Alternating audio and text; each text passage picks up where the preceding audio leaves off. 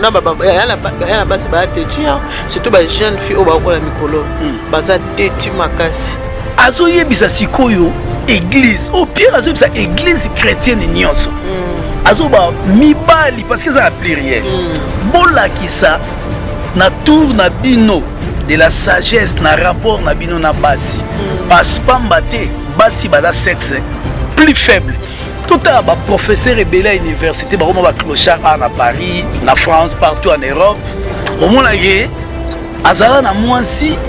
et simba te amayele yesu bazo kanzaka na mayele na ye wana autambusa couple na ye bien basi yo bakiza toujours mibali bakiza toujours mibali ce qui Hollandi ba on na aide divin oyo remarquer que ne bandeli na ye moko azalaka penza vrai bololé un mot boyenga kutu na oma bae na nga koloba mambo poso legi na TV olobi yango batu so ba mais passer fa pour loba o loba donc to ko baye mais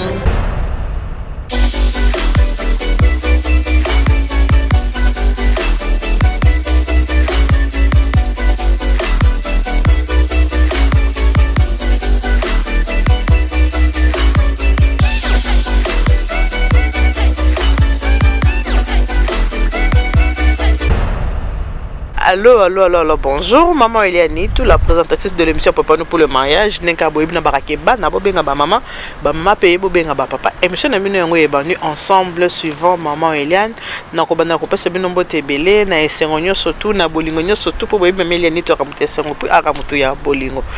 Na pesa bino mbote puis na pesa bino merci mingi bino ba ebomesa na kotala émission nga Papa pour le mariage bolinga ngo mingi bo sepela so moka semaine moko émission ko tite bo banjo benga maman ni tu proto moni émission te pour une émission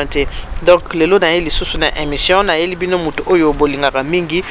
Quand on parle du mariage, on parle de la famille. Donc émission nanga eza émission moko e concerne ka famille to solo ka makambo o etali famille makambo o etali libota ko pesa conseil na bana biso na babalite o bazana ba fiancé o bazo kenda ko mabala o pe bana katsa ndako mabala nde ba yebisa ke mama ni tu yolo ba kaka ke ozo ko viser kaka ba jeune non na biso pe ba mikolo to zana besoin ya ko ka conseil parce que on apprend tous les jours. Tala par exemple ce que ba émission ya ba pona madesu ngane ba kola mango ndenge wana te na miki bongo esimbi bref. Et voilà, maman Eliane tout, na solara que du vrai que du vécu. So tali ba émission nanga eza makambo na lokoti na gauche te na lokoti na droite te meza makambo e sala makana kati ya famille.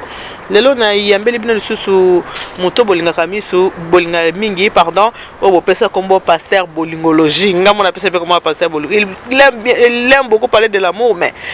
on donne ce qu'on a. Yena comprendre que te arobeta masala bolingo mais yemo ko molonga ni na ayeba na kate aza lokola Moïse Mbi, le roi pasteur Moïse Mbi, OEP, Alingo Te, Maramba Bolingo, Meyepe, Singleton, le roi la raka pasteur Basile Shekina, Toro Solapé, Likamo parce que Babi,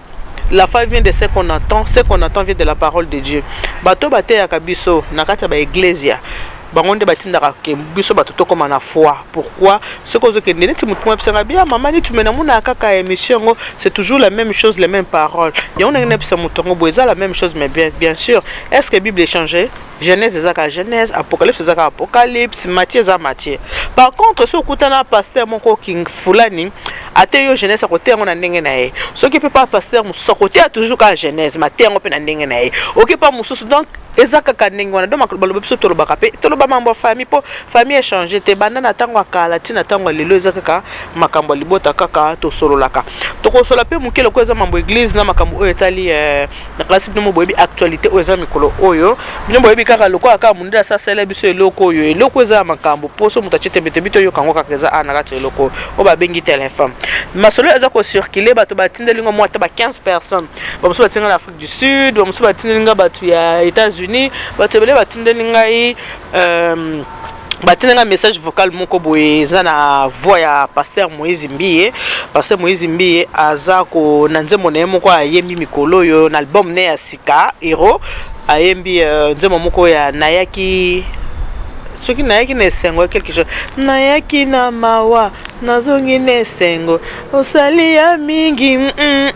na chanteuse bo comprendre la façon Emile Mameli ni tunga na mutuka poso bibi Mameli le pondu ndeni ndeni to kotumba kamunde to kokata matungu ndeni wana makamu nanga mais ce que makambo ko yemba ya makamu nanga te eza makambo ba pasteur Moïse Mbiye mais pasteur Moïse Mbiye eza na quelque part parce que biso to yebi ke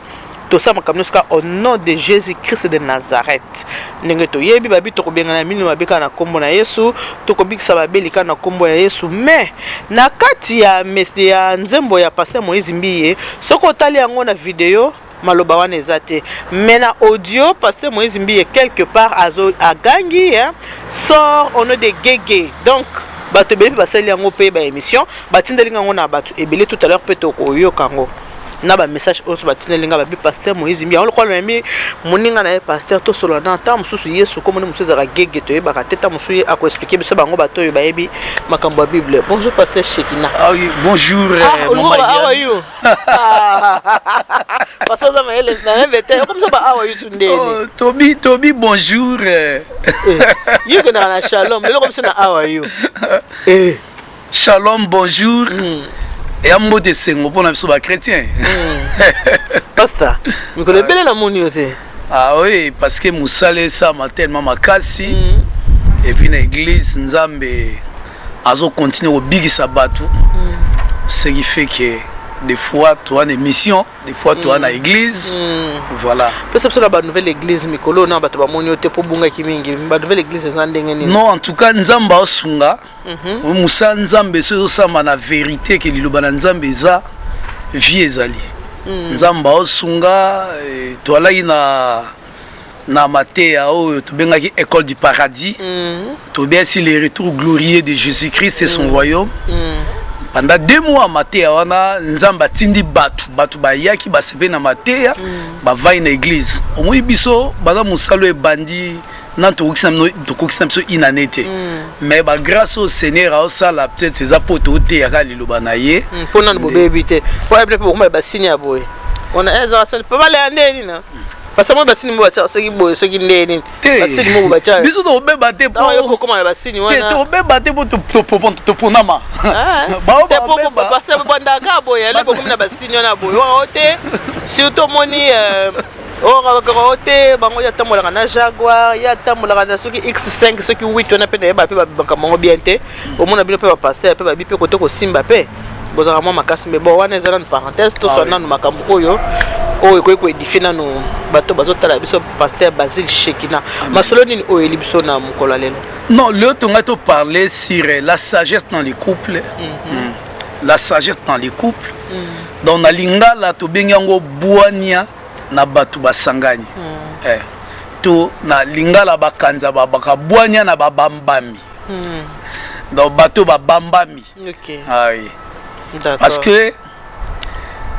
ce qui sagesse ezate to monde dans la Bible que sagesse est très importante dans un couple. Et pour ce qui ezate bolingo ezala entêtement. Donc ce qui est athée, bon banda bien mais bon souka na opanzana. Pour battre belé en fait, baeba eloko wana te ya sagesse. Est-ce que sagesse on a une femme sage bâtit sa maison ou bien sagesse entre les deux na mosto na mobile. Les autres gens au kolobela mini. C'est vrai une femme sage bâtit sa maison. Mais Bible peut singana un homme a na sagesse. Ya omo Léon alina touché mingi sagesse à mobali. Pour nazo ndima ke flair nyonso pour coller bien. Il faut fleuriste à rosaka yango. Oui. Ce fleuriste azo ko jardinier en fait tout le monde. Ce jardinier azali ko parce que moi ko corriger. Voilà. Pas toi clavier non. Voilà, attends ba correction. Voilà. Tam so ngo bosse ko ba les papa et bila papa. Alobaki boye botala kaka émission botika makamu na bino na boza lapsisme ezaka nango. Et puis il faut ba comprendre le mot omoni nzamba za na langue te nzamba za na langue te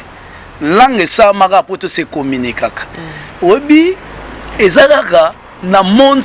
francophone nde ba corrigeaka bato banglophone ba corrigeaka te bazande mono ba lisophone solo i portugais maba akufi na oseka. Mais un anglophone a corrigé et puis en fait même awa mundele yemoko un français soko lo français mabe d'ailleurs ne biso to lo ba français pour na bango exploit ya makasi français passe donc ba comprendre en ngala za bana nani na betana mo lisolo bana nani ya liki nanga mwasi ya bango bakoli na Afrique du Sud Jacqueline mwasi ya papa oyebi ke papa tamba yolo baki ke o nzambe bien que Jéhovah te a bien aussi une mission retour se préparer pour mikolo kaza mo occupé donc ke olobi nzambe ba bien que Jéhovah te no baki ou bien ça Jéhovah te il faut ça 365 jours dans la Bible. Oui donc c'est comme ba qui Afrique du Sud na bana na ya Jacqueline na papa gère tamba na bana nyoso ba Chris ba Lito Eliane ngabando itala sikoyo bana na taba esika sona biso bango so français babi anti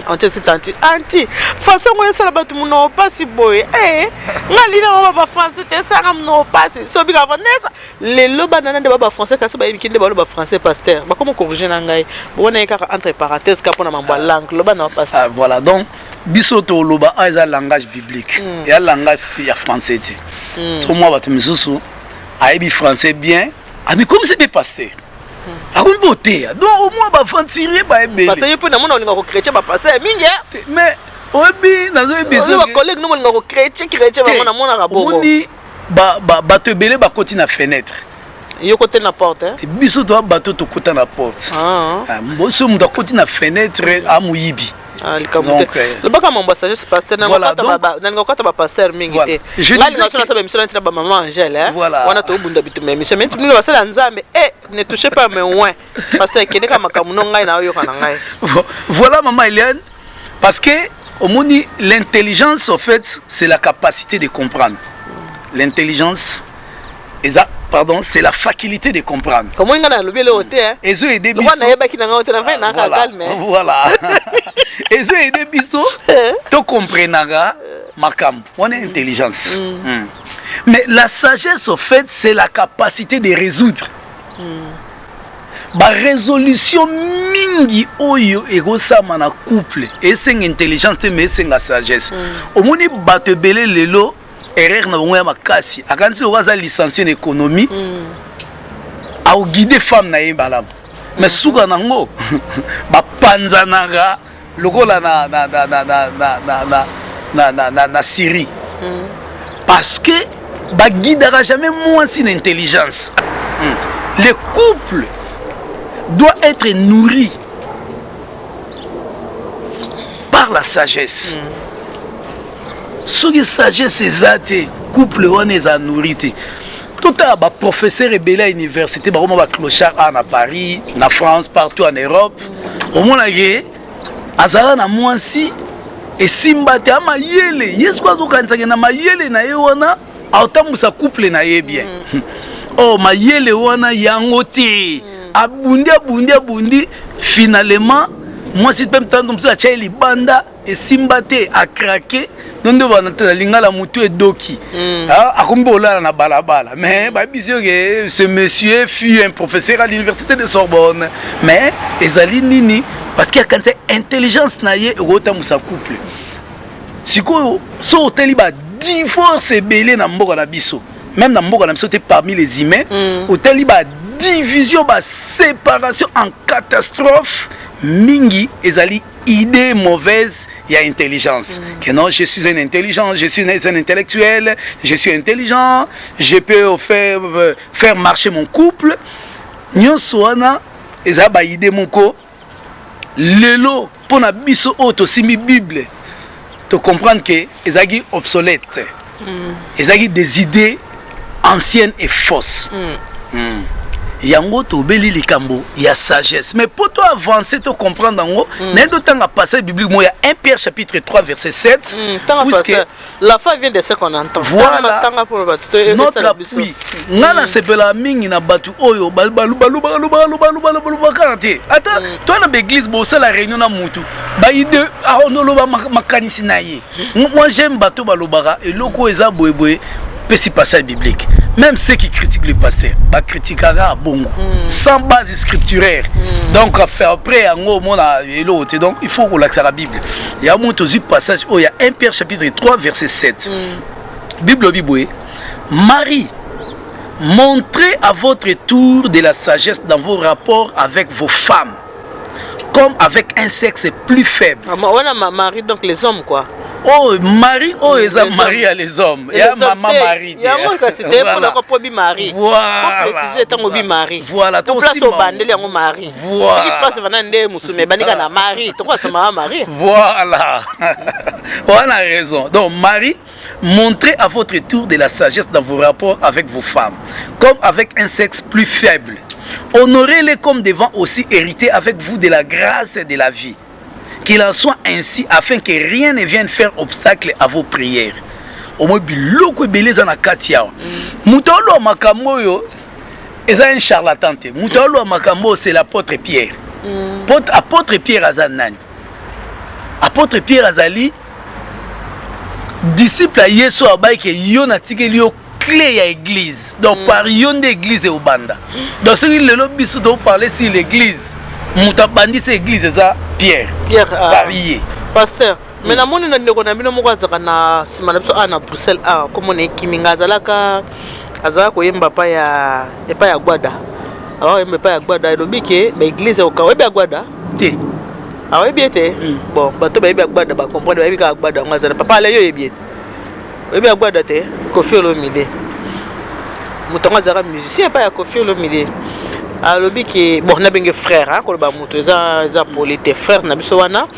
azalaka musicien monde ndenge tolobaka ngo biso nyonso lelo abongwana akoma ne mutu ya liloba mais alobaka ke ba église yeso atikaki église tika ba église nyonso o to monaka ekokangama bato nyonso fo basembela na ndaku et puis bato fo bapesa pe dimite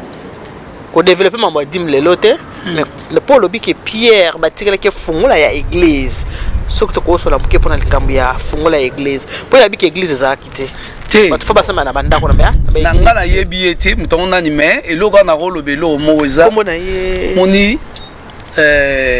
komo na ye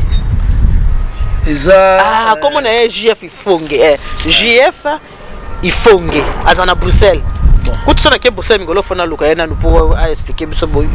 ngala yebi ete mais totikala na makanisi na biso na ete bon pour mezaki ce muto bo église c'est ko chrétien te po soko meki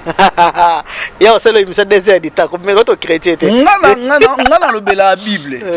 donc ce muto lobi ke église ezalaka te il y a un faux raisonnement parce que église etigala Yesu ye mundu institué qui église par Pierre et puis église na acte des apôtres église ezala donc et l'église continue fait toi na église corps du Christ aux autres église nyonso aux autres marcher dans la vérité et puis toi na ba église locale o ba kombo to yebi ba nga na otambusa o muto o pe muto na lobi ko tambusa donc voilà c'est ce que muto bi église ya la raté c'est peut-être ayebi lo razo lo baté comme ça passe bon que na sagesse na biso to lobi a Marie Pierre azoyebisa sikoyo église oh Pierre azoyebisa église chrétienne nyonso azoba mibali parce que ça a pluriel bolakisa na tour na bino de la sagesse na rapport na bino na basi parce pamba te basi bada sexe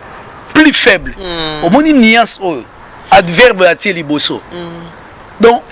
a nuance ngo makasi olia lobake bada sexe faible mabi non bada sexe plus faible et linko lobake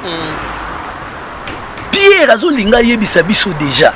to moni basi bino mozolinga bobala boyebake bazaka faible te mais bazalaka plus faible ouais soki baza plus faible mutu aza plus faible eloko nyonso ya plus faible na mokili tobenga yango fragile donc mwa bosimbi yango bozobanga so bosali boye kopasuka so bosali boye kopanzana donc bozolengela yango boyolinga boprotege yango babi basi baza ndenge wana sikoyo alobi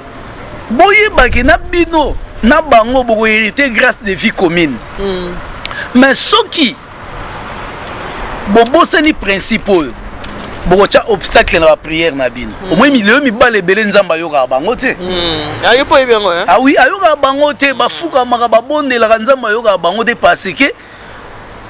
bazo mema libala na bango malamu te nzamba yoka prière na bango te Pierre alobi awa tangu yo otambusa mwasi na yo mabe otie obstacle na prière na yo osambela nzamba oyo kote mais siko problème ezanini problème pendeza makasi awa na ya nini bamibale belé bazala na posa babala azala mwasi mais balinga koyekola te ndenge nini kovanda na mwasi tomoni awa na poto mutu nyonso so olingo osala eloko moko baye na formation ozomona mais sikoyo likambo eza libala eleki kuti baformation tosalaka mpona misala mokili oyo mpo libala soki orate yango oyebi mama Eliane bato ebele lelo bavi na bango ebeba mpo barata libala arate mariage na ye vi na ye mpe ebebi voilà quelque chose à mwasi eza mobali mingi barata ndenge wana vi ne mpe komi trouble mais sikoyo eloko oyo eza telema makasi ekobebisa vi na yo ozolinga oyekola yango te bato baozonga terre à terre donc ndenge nakiba banzotologie quoi nzoto na nzoto lelo naotala bato ebele ozomona tina ba YouTube bato biso bazomipesa bakombo oyo bamérite même pas obandenge na bolingologie lelo ekomi na nzotologie donc nzotologie donc nzoto na nzoto nzoto na nzoto donc ye mpo na yeko mwasi azali oyo soit aza pembe aza mwindu alati bien azwi pantalon baforme alati baforme wana nde mwasi to mobali aza oyo aza na mbongo donc tout ça passe seulement na nzoto c'est ça la nzotologie donc bazocomprendre te biloko ya malamu mpo na libala et puis naomona bato misusu lelo bamipesi bakombo en fait je ne sais pas si censé na benga ba insensé so quoi ba misu ba mipesa bakombo nga na coach libala muso nga na sexologue même bakombo ba mérité te ba sango pa kuluna biloko nyo bazo koyebisa batu yango te muteko bongisa libala eloko mote na nyonso wane ko bongisa libala tout wane eza libanda eloko ko bongisa libala eza ba principe biblique so muta comprendre so muta comprendre yango te aorate pe ni mbongo ekobongisa libala po so ezalaki yango te mbeba soki mbongo ebongisa libala me bariche bayebi déception te momona ko bariche ebele basatisfait te basi na bango remarqueke basi na bango donc mwasi ya boss makango ya chauffeur ya boss ye moko donc ozo comprendre poto na poto donc parce que principe bayebi yango ce qui moi c'est à boss comme quand je fais c'est comme la nzotologie c'est ça la nzotologie te on a comme nzotologie wana bolingologie vandika awa na kata ya bible soki mutu ayebi ba principe te nyonso osala wana eza na nga bavati pasteur to que de gauche to à droite c'est l'homme qui est le maître de la maison surtout tali bien à table une femme sage bâtit sa maison moi ça a ba responsabilité na ye mais mobali pe ça na ba responsabilité na ye mais ça na mibali oyo balinko humilier moi si alingi kofinga mwasi a respectaka mwasi na été donc pour un petit rien donc ozomwa ke mwasi abiki na vanda kaka pona sina bala kina vanda musabi na vanda kaka pona bana musabi ana vanda kaka parce que papa na ngaza pasteur soki na bina ka bona ministre to ka bona ministère papa ta musuki to côté musu mama na ngaza éducatrice soki na lobina sala boye opesa malamu te balingani te mais mitema bavanda kaka pona ekomi pona batu mais mobali c'est le maître de la maison to que ne pas être toujours pas mais ça na mibali mingi o bazoye batenenge na ko encadrer moi c'est parce que ndenge to utso baka ke moi si ya boss akoma kangu ya chauffeur ça parce que boss ayibi ko encadrer te okolo banine par rapport wana yo lokola mama bolingo ebele déjà mama Eliane likambo basi babara na vandela ka bana est-ce que bana baba kiti po vandela bango so imunta omo banga na vanda pona banga na vandeli bana ngana aboy donc wana nga papa na ngaza passé wana nyonso wana ezali en fait ba fofuya eloko koloba makasi yati moni mibali ebele kande tozoloba problème na bango eza azosala makambo yo ayebite mais au lieu assimiler pour apprendre à l'ingité moi si ndinga zana ba ridiculiser kete moi ça être semblable à mobali ou ridiculiser jamais donc mobali en fait oyo azali ko ridiculiser moi si na ye azali ko bisala mabeye moko azali ko misala mabeye moko moi si ba valoriser kaye po asala su makama malamu na ina belo mo mama Eliane omoni lelo même basi belé peut-être oyo eza pona ba ona babalité vous aider bango mingi o c'est abali déjà fatika la wana ona babalité basi belé so kutena mobali yoka ba question na ye est-ce que bando charge nanga mobali a charge à batterie te quand on charger yo parce que pour moi wa kinoa mobali acharge na batterie te abando charge mutu batu na babilo moko ezanga ntina est-ce que mobali akosombelanga chombo bien mobali ako nyonso wana ezali ba petitesse yango sikoyo ezosala mobali akosala mpe nyonso wana mais c'est un voyou qui te donne tout mokolo okota na kati ya ndako na ye obandi sikoyo komona baminda obandi omona baminda un vrai débat na mutu oyo azopropose na bolingo batuna ye baquestion oyo d'abord quels sont tes projets pour na yo moko ouais quels sont tes projets d'avenir parce que au fait okoba na te par exemple na un bandit il faut eba mobali nga bomaka bato to mobali ngo ande na kataka bato mitu po soka bomaka o bana ko boma yo mongo na ndako ya mibali faut tuna ozolinganga ezapo ngana yo to sala nini na venir osana nga nini to osana yo nini na venir parce que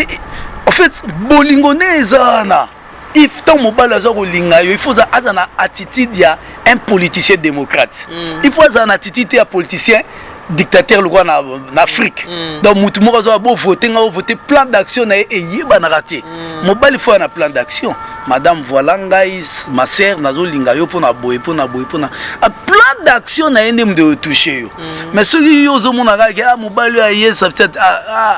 quoi ça a papier ou ça na papier donc yo mo de aventurière mukola obala yo eli mo zo bosali couple aventurier na ndako tango sikoyo bando yinda ezate que non mobile azaki basi yo bakiza toujours mibali ce qui olandi ba pena na œil divin oyo remarqué que ne bandeli na ye moko azalaka penza vrai bololé alors plus tard comme ce qu'on futa mais mutu oyo na mona même l'église ba place belé na leka au moins sert azo sola na yo nga siko na zonga départ ya la ndengeni pe na départ no ya comprendre place makamnyo so mabe et alaka pour ça biso zali batu basala ba un couple mo erré ba comprendre makambo voilà yango moni Pierre azo senga sagesse c'est pas mibali c'est quoi ko lobela mibali mais mobali c'est pour azala sage phase ndengeni so ko lobela mibali wana pour on balaza sage phase ndengeni ah oui ou peut-être comportement vis-à-vis à moi aussi d'abord mobali comportement ni to que maman te na comportement vis-à-vis à moi si ce qui a eu sagesse ote sagesse aussi ko bazwa kango eza sagesse moté ya kaka dans le vide boye nde ba yanke ba la ka memi bendemba moi we makasi to mutanga sel on ninga ki kinoa ke no ngane na noko au moins batu misusu avivana moi si nae le quoi ye pomba moi si ne yuma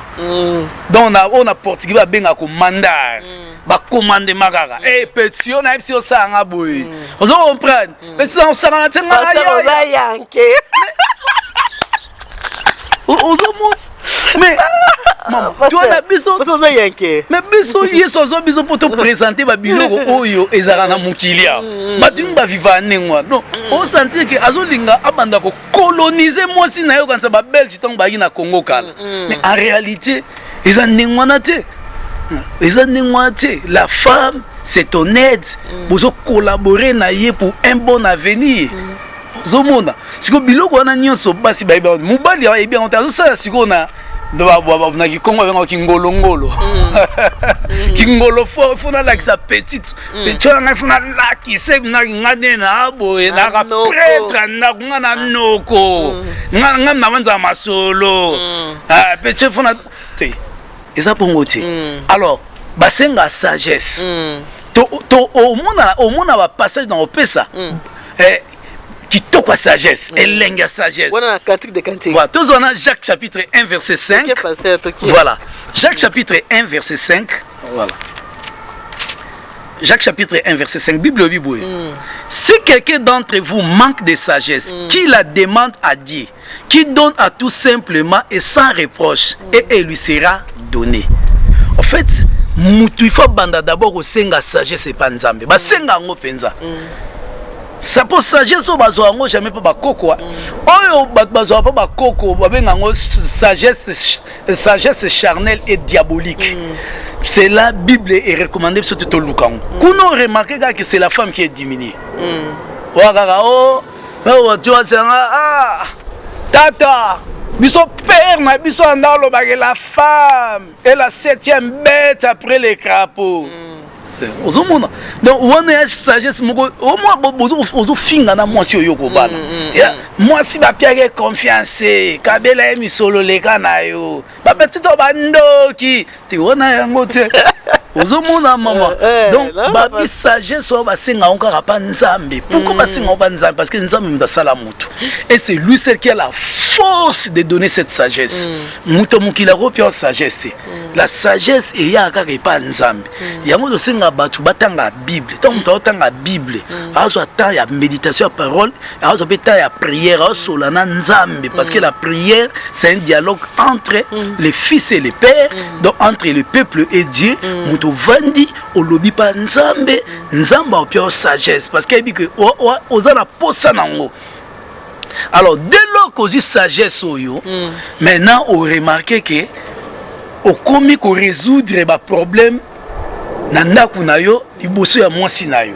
po bato be bakanisa basi baka na posa mbongo en réalité au mona mutu mususu mwasi ya muta mbongo mais alinga pauvre po même mwasi okabele ba milliard peut-être eloko yazo senga ba milliard na yo te. Attention na yo. Voilà. Comme ça, on a bisous na yo. Donc, compréhension na yo. Compréhension na yo. Surtout la compréhension, c'est la première des choses au moins c'est à Sengak. Car compréhension. Oyo kakaye alobinini. Parce que ça il y a des non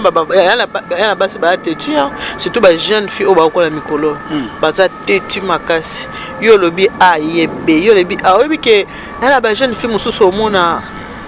yo kuti muto sambela par exemple ça na fiancé na sambela na etu yo to muso sambela musambela no ya tantôt plus tôt bozo ke ndoko balana comment veux-tu que yo za mwasi oza ko imposer mobile non ndenge to yebi mingi ezala na okeo bato basambela ko yebi ke ba yo ka ba musique ya mokilité so muto sambela ka yo ka ba musique ya mokilité tout ça mais yo za ko imposer mobile ke tenga na kota kana musique monde po yo linga kango mobile pe na faiblesse na ko linga mwasi andimi ke asala pour moi si si tu bazar pasteur bi o baliki kutumba mbele na tetu tesi bazali we bien pasteur. Alors basi ya bongo omoni ezala trafic d'influence c'est-à-dire peut-être à cause de bolingo mobali ya pesier a mo trafiquer basi ya bongo baleza ba dinte oza basi ya libala moi c'est mon dinte oza moi c'est libala parce que moi c'est libala c'est plus l'humilité qui compte. Pour aux maman, un jour, aux en foyer, aux en famille. Ce qui y a déjà, aux tétis le roi libanga caillou. Donc c'est inutile. Aux hommes, au bébé ça m'a belé à la fois. Mais il y a ce qu'on est l'autre senga. Il y a frère. Oge ba la fille mo ba biane mutaya mado. Mais ça ba fille mususu à l'église pour mon net aux en église eza catégorie à ba chrétien zami balé hein. Eza la muto vraiment za chrétien ou za non chrétien mais abata malima ba chrétien akina to nsana ba ban. Parce que a ok déjà ndako nzambe akanga elongi. Azuke ndako nzambe za déjà na kana mutema na kesani keto nsa ba ban. Eza la mutu mususu tata mo sa pese conseil. Papa qui a ses conseils, papa kulutu cousin cousine mais ayo kaka na été mais chaque dimanche en église mon tabon peut se côté na Facebook na tala ba passage biblique tala passage mon tabon obengene un escroc c'est une escroc bana basa be escroc nengo na pe basé belé prochainement faut tout ça la bango pe monsieur parce que na zo ba plainte belé pa ya ba garçon mon bala ba ta sembela na ye a mesana na suki na nini ba banzembo ni ba bango ni banzembo ba kotela ka alléluia alléluia yo kuna olingi alléluia to tenga fana ko tanga na nzembo achala mona tata nzambe ayo kangsanga te o walinga bongo te mais eza normal nana bosa ndenge na kata mukili oto omoni photo ndimango ngana ba mamwana na selo pib mamwana ya pib na selo o ka te na selo mamu pib mamelian nana ba camarade na ngai misusu babetaka mizika mukili ozomona ba camarade na nga wana ba camarade ba pasteur te ba pasteur te ba camarade na nga wana na yebisa mo déjà logo il faut boire que ça que et na musique mondaine et na musique nzambe ba camarade na ba yebian que effectivement musique nzambe eza musique mukili ezali o nyusu ba basala o boya onenge nini La musique nzambe ali oyo kuti mutu ba jeune faut tout ça ba jeune tant ozo linga mobile eza na ba principe faut yeba l'humilité ndolobi bible même c'est l'humilité possède la gloire bien sûr apa baba l'orgueil ni na ngwana français mo mène à la chute l'orgueil mène à la chute ah oui ezaka bongo te eza sur le camo bona bossa so yenga mona oloba pasteur et Dieu résiste aux orgueils mais fait sa grâce aux hommes donc ba faut tout ça ba ngomo eza ba jeune fille oza na posa ko bala moza te tu ba to ba lembi na ba conseil mutabata sambela kananga ko tanzembo alelio otenga na kota nzembo nanga ya chala mona non tango zondima keke ndeko bala il faut omikitisa mwasi azalaka mama il faut ozana komikitisa et puis kozala l'écoute koyoka pour ça déjà tetuni obotango bota bana nana ko éduquer bango pour éducation utaka pa ya mama ba mama mingi pa ba éduquer bana ebele ba kusa ba parents na bango soni mona ba parents ba éduquer mwana na kati ndo ba to éduquer mais tango kaka et puis bana ngo pe abasi mi ba changer bizale so ba yebi mi bali pasteur bana mingi abasi tango azaki na innocent boy omone penza mwana papa mama mais tango koyeba kaka mama ya Adana Eve mwana baby mais mama il na kati yote moni promo ezali même bana basi ba beba poani eza le transfert des démons à part mamto loba il y a aussi le transfert des démons monde spirituel omoni mwana mwasi obimina garçon no ebeta dame nete bon par la sexualité mingi bakoma bandoki ba fille bakoma ba miyibi omna mwana mwasi même muyibi ya santé mensonge quand nyoka na jardin d'Éden donc nyonso wana auto zwango abimaki na mutu moko azali na biloko mabe atikeli na nzoto alors mutu abongo na église azwi na délivrance te frère akuta na ye balinga na ye po babala na obopia omoi leo na église topesa bato ebele ba chance aomérite te ozomona même yesu abaki yango biloko bana bato il faut keba opia mwa mbwaka bongo te donc bana basi ya bongo avant ba na ye il faut lekisa ye na feu c'est ça faut leka na moto aleki na moto après beaucoup kota ce que na masula bolingo OK pasteur voilà si bato bayoki yango siko nangaki na lobabo avant continuer sagesse tout monde na bible comme nous tout tema so to bandika ko sambela nene prière autoritaire kaka au nom de Jésus to sambela kana kombo Pierre te azaki disciple Yesu to sambela kana kombo ya Abraham te to sambela kana kombo ya Matthieu te tu to bena milima be nan to benga milima be na kombo Abraham te to benga kana milima be na kombo ya Yesu boye te pasteur afenga na yebi bongo na yebi te parce que pasteur pe na moni bago la cho yezo bangisa nga bagaza na muto alien pasteur non Lion bino to comment bangela bino Lion a exprimé tout voilà ce qu'on est le nom de la tribu de Juda Lion azane mabete omonia ezango mabete parce que biso to bato yesu apona yo donc wana tina te okeso na bakamunini ezaka roi mo na kola tata mususu elamba moko boyo lati nde bakomi boye Gucci ba pasteur bikambo kitende ba pasteur congolais bino pasteur to banda ko loba bino biso te yoso monanga na Gucci o te ngaka kaboye ngaka kaboye ngaka liputa mama sese kaka na mabobila da oya c'est maman c'est mabobila da pasteur mais ndena utokolo ba tout à l'heure ezana nzembo ya pasteur Moïse Mbiye abimisi muluma beme na kombo ya Gege apenza sort ono de Gege siko ngana ebite ce Gege wana ezo su kombo yeso zalaka nango to yebite pasteur Moïse Mbiye azongo na ndenge ya sika ou bien na ebite soko oza na explication na moni tenza mo asebo aye mo kwa mibengi déjà champion tu déjà sentir na yebike le laisser poni déjà za champion bona ebite soki tamuso ba soleki déjà na nkolo ebisa champion na mona ebezate mais maloba kaka non sort ono de Gege sort ono de Gege sort ono de Gege nakata nzembo siko yepo ebi Gege bon nga mo personnellement na landité mais na yo kaka ndi bato bazoloba oyoki yango te na yoki ka ndi bato bazoloba na ndingo tuninga question en fait soit lati sentir ba batindeli nga kututina banini soit lati sentir ba champion batindeli nga tina portable misu pe misu koko Elia oyo soki ati alati sentir ba champion et à ma bête parce que na otaka makambo surtout te ba komika ka cette chanson tango na ye à partir de 4e minute 23 secondes na ocha boye koko Elia miso comme peu moi mais ba ne muto atindi abi cette chanson dont le titre est tango na ye à partir de 4e minute 23 secondes. D'abord si mutala dit sentir ba champion. Biso bana nzambe déjà. Tout ça ba champion. OK. Toi ba champion par rapport à ce que Jésus-Christ a fait pour nous à la croix. Dans la Bible, dans mon candidat Romains 8, nous sommes plus que vainqueurs par celui qui nous a aimés. Oui. Donc un vainqueur, c'est un champion. Bon. Pour Nanzembo, personnellement, je suis allé à Otioloba. Mais au nom de Guégué, je suis habité Guégué Mazanani, dans ce Moutalobi Bongo. Là, c'est faux. Je suis habité dans la qualité de passer Moïse Métro, car on a passé Moïse bien dans Banzembo. Na yebi ki awsa musana ye nzambe mais gege wana eza biblique ti au moins mango ezaka lelo to msusu d'accord tangi bible bien pour nous ta théologie moi ta musa quelque part mais yo tangi ngote non bible bi to bika na kombo moko komo epsama iliko na se na sa mabele muto bika na eza kombo ya Yesu Kristo au moins mamelian makambo ebandi lelo ti mo boyenga kutu na mama bae na nga koloba mambo poso legi na TV olobi yango batu so ba mais passer fa pour loba loba donc to ko baye mais biso to za ba ko baye pour na nini Yesu ba beta ki ba finga ke ba imilia ki bino bo le mandeni est-ce que Yesu amona bino ba passer bo moni yango bino bo so fe na tango ya bien Yesu va na tango pas si tango micro ezate caméra ezate azokina na désert azo ganga bino le boza na ba micro non c'est-à-dire kaka batu o biso o loba ba mais passer fait pour kiper mambo donc to mo lemba mais mambo e bandi lelo te au moni même ba période oyo frère Patrice Ayimba banzembo molimo mosantu ba yeko la ngote oui mosantu tout wana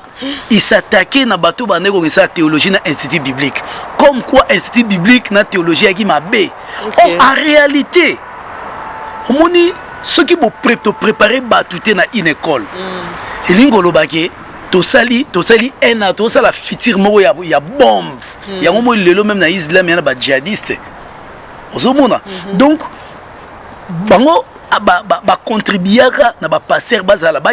tanga te bazala ba ignorant te mona ngata na yebisa mi mona na 1992 je disais à mon frère toi ko prier na Enoch akoma ko kesa na Branham na yebisa Enoch mone bino bozo kumisela ka Branham nkolo moko beaucoup adorer Branham parce que Branham c'est un frère qui a reçu la grâce ne bolobara oui to beauté mais tant bino bomo kumise ko tombole ko pe position bible lobi na ngote chepe combat Branham te bino mo bozo kotsa kombo wana lelo nazo ebiso boy bato be ba mo gumba me la Branham ba frère belé ba message ba yebi yango ba rolo ba te passer bazilo mabe parce que lelo ezana bato be ba gumba me la Branham afuka match photo Branham ando semble le nom de Branham ozomona bato miso tantolo même ya sikatende Dieu de sikatende combien de personnes va s'opposer lelo mingi ba benga ba démon nom de Dieu de sikatende maka mwana eza ekomi ebele donc tozolinga nous essayons ya ko linga doctrine nzambe tikala ne sikana etika ne sikana yango mo il faut tozonga ba base soki to ngati lelo na koyoka sonité ya koyebisa batu oza serviteur de Dieu ta ba serviteur ba penanga baza ba pasteur ba penanga soki institut biblique au sala ngote nga na koyebisa na soutenir yo okene tanga eza bien oza okoma na ba base scripturaire na théologie balobaka sur la scripture ozomona to bandaka na logos pe toke na rema okotanga no parole reme yali okoyaka atemba moko obandi na rema mes paroles yate ozomona oh non moi j'ai des révélations révélations ni on se faisait ici de la parole commence d'abord ici ce qui parole les au vanda nzamba osa no mambo ebele. OK merci beaucoup pasteur na kanisi bato batali biso ba comprendre na habité soza moli ba mo mko ko ebisa bango pona moni to chité to komo ke na msona super réalisateur Alexinga ke soki batu pona likambo wana na ndeko loba donc soki eza bongo il faut batu bati ko yema nzembo wana non c'est bati ko yema nzembo wana mais il faut en fait passer Moïse abenga ameka un peu pour expliquer éclaircir peuple aux ala bien voilà d'accord et puis après nandeko ba ngana lobelo mo la force de la sagesse pona lobi ngba sagesse na lobi mais to continue na makasité mais malobeze ke pa na yo voilà Ecclésiaste chapitre 9 verset 14 au monde a babi le moko na tangango Ecclésiaste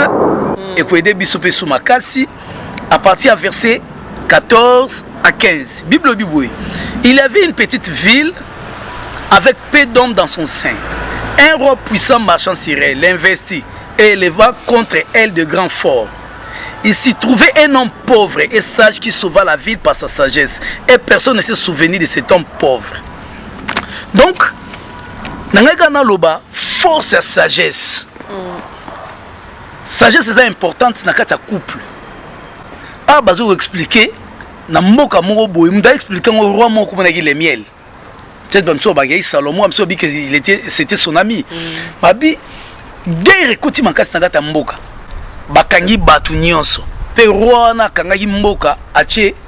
de grands bato minene pour ba servir mboka. Mais babi il y avait un homme pauvre, mazaka ne loko moko sagesse. Moni valeur à sagesse. Aïe pauvre mais aïe sage. Babi na sagesse na ye a délivré mboka. Donc c'est pour dire que sagesse est très importante dans le couple. Skoyo ndenge nini mobali akoki ko exprimer sagesse na ye to ba faire sagesse na kati ya couple les années. Par exemple moi c'est un problème et loko liboso mobala rosam soki moi c'est un problème zo tungisa ye mobali il faut apousa na pe na ye ayoka ye soki ayoki ye mobali il faut azala patient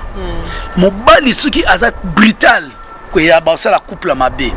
atomoni moi c'est outil likola bamba mina se azolela mobali zala patient et zala tendre envers moi sinayo aider na conseil oyo et simbara mutu facilement na conseil rabat conseil biblique. Le conseil biblique est très important parce que ma conseil ba pesara ou pesa mutabia ou puis conseil au cholayo mais so présenter mutap na parole de Dieu et ça la mutu moi kutana na problème tel muko moko nzamba sungara mutwana ba conseil wana elidara mutu tango puis moi sinon conseil ya eloka mi balezali non sukaka na conseil bosambela elongo na ye tango bosambeli elongo na ye bozo croire que makam oyo to sengi nzamba opesango omoni ebongisa couple chéri ko ganga me c'est non chéri ko célibataire omoni moni après yango osambeli nyonso ne faire partie na sagesse mais mobali oyo moi c'est zoloba ye pas zoloba ya zoloba biku daye kutu na bibi pona ke ko finga même bateau ba ebisaki makambo wana donc azo samrier pe ba okende li bosote moni force à sagesse problème yé ya makasi guerre na kati ya mboka mais un pauvre a délivré pays à cause de sagesse tala puissance ya sagesse yango esenga na biso to ala nango voilà. OK, merci. Nakanisi wana na ebite ya kilobana suka na pona mukola lelo pona mukola parce que to komi na suka émission na biso na kola ka bato ba otala biso bien yo kola ka bango promettre bango ya prochainement. Ah oui, prochainement to sala parce que là si je me vaste au moni tantôt lo makambo to simbi même to sim toucher maman délivrance pour ngo baké ba couple belé bana ba problème. Alors to promettre bango émission de délivrance prochainement na ba jeune couple on a babala nté avant babala faut bali quand même na délivrance babala OK d'accord baba délivrance un processus yango lo moni nga senga batu bayaka e mona église et ça va bien toi manso musika te na porte de Paris à porte de Paris boulevard Anatole France au numéro 90 boye wana vendredi de 18h30 à 20h30 on a prière ma casse à délivrance et da quand même le couple boye mobali moi sinabana. Et vous allez mal au mingi. Merci beaucoup pasteur Nandenge oyaki ko tala oyaki lelo ko répondre na invitation na ngai pour na yaki na demande ya bato batala kabiso ba sepela na biso na pesi merci na bato nyo surtout ba sepela na émission papa nous pour le mariage na pesa kabino émission na ngana ko vendre nga moto na bandolo banga je peux le faire mais ça concerne la famille nga mona une expérience te fona ba expérience bato musu pona to solo la ndenge la fa passer bo moni to tsala ki ndenge boko tala émission moto seki na maman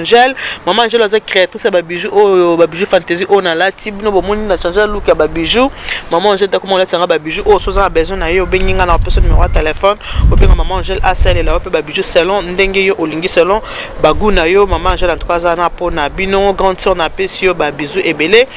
ce qui n'a pas botal te bokende ko s'abonner na compte YouTube ya maman Eliane tu bokotal émission moto c'est maman Angèle to lo baki makambu ya ba est-ce que cause la camarade ya semeki na yo na basemi ki ndenge nini babebisaka pe ba vie ya baninga bokende kotala ba émission ezebele bokotala sur émission moto ça sur les ex hein ceux qui bokabwa na mobile est-ce que faut bozaka na contact ou bien so bokabwa na moi faut bozaka na contact bana baza la base te faut bozaka na contact po yango pe r moko zero tsa suba poto na kati ya mabala na biso ceux qui bomoni toza koloba biso tozo loba mingi pona bana bokende bala biso ba parents toza na ba erreur oh to saki dans le passé to lingite ba erreur wana bino bana bokende ko sala yango voilà pourquoi to sala ba émission boy pona ko pesa bino quelque chose na pesa bino merci comme d'habitude na lobaka God bless you que Dieu vous bénisse nzambi kalusaku muna mungu awabariki parce que na muno talingo ngolo bango na muno kamboka nene c'est-à-dire po etalelo talelinga ta muso ngolo bana muno kamboka mo te olobi bien te nga talaga po na ozela yana batu mo balinga Yesu mingi na pe omote ah likambote si na pese bango mbo te nga na aussi ça pour émission za yanga yo pesa bango po nga na koselisa merci vraiment pour na privilège yo na saluer pasteur Nathan Lévy il y a église mission chrétienne à Grenoble. OK donc, pasteur Nathan Nzambe ma azana eba na Grenoble pasteur prophète Nathan Lévy Bouquet na Kilt prophète Nathan avant de wapi abenga na Grenoble oui asa benga abenga na téléphone Nathan donc Nzamba loba pe na nzela na ye eza bientôt ça pe na lobi na ngai tika ce que omoni o maman je la pesinga loke ya maman je la pesinga koloba lisu bongo te prophète Nathan na pesa mbote papa na pesa petite sœur nanga mbote Florette Luwawa ba bazaka ba sera Yesu ba soutenir musala ba Marina ba Marthe pasteur Belge Ngwala il y a une épinal il y a voici l'homme Christ Mikolo Tozane Awa et puis na salier lisusu ma sœur na bata onyo si na bota mapa na biso te na bota na couple na bango biyu et Nelly Mbouyi ba na Londres mais basambe en église à Mangembo à Londres balinga Yesu makasi donc bango wana penda na mabon toujours na motema nzamba pambola église chrétienne nyoso l'église vie comblée du ministère voici l'homme Christ na porte de Paris na salier bino pour na ndenge bolingi Yesu mingi quand na kati ya makambo ngo wana mama Eliane nangaki na présenter pe message aux actions to wana ngo na église ezo banda dimanche oyo thème eza école abrahamique to parler sur la bénédiction d'Abraham dans l'église du Seigneur donc peuple dédié aya dimanche oyo déjà ezo banda eza pona un mois donc de 10h30 à 13h na porte de Paris Saint-Denis boulevard Anatole France au numéro 90 10h30 et bandi botunika pasteur Basile na bâtiment église ça boko tawana to partager nzamba guérir batu nzamba délivrer na pauvreté physique spirituelle morale nzamba au sal. OK bino mo ki pasteur bolingologie pasteur nzotologie on est réservé prochainement sur Baksanini nzamba nbele channel bana bete bon bye bye.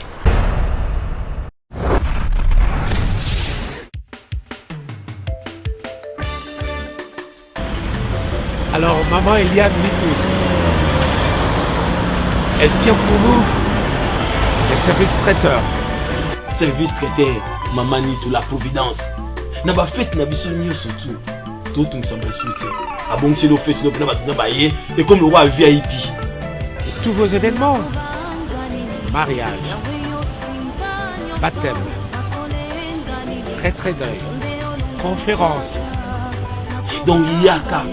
VIP. Maman Eliane Mitou met à votre service son service traiteur, la providence. Ne cherchez pas loin, il n'y a qu'une seule adresse. Location ezali. Il y a un matériel, location de voiture. Oh, ma CD, ma cassette, il y a mon rôle, nous parlons de production, ils sont très bien. Donc, nous avons un bal. Nous avons un bal qui est anniversaire à l'Ibala. Une seule adresse. Nous avons un anniversaire. Je dis bien une seule adresse. Oh, yo, zo qui back. Oh, yo, au bani ministère, nous passons, c'est le premier anniversaire de l'église. Maman, ni toi, Zali. Elle vous convient, elle me convient aussi. Parce que elle le fait très bien. Service traiteur, la providence. Un seul endroit, un seul service traiteur. Service traiteur, la providence. Elle et nous formons bloc parce qu'elle connaît bien son service traiteur, la providence.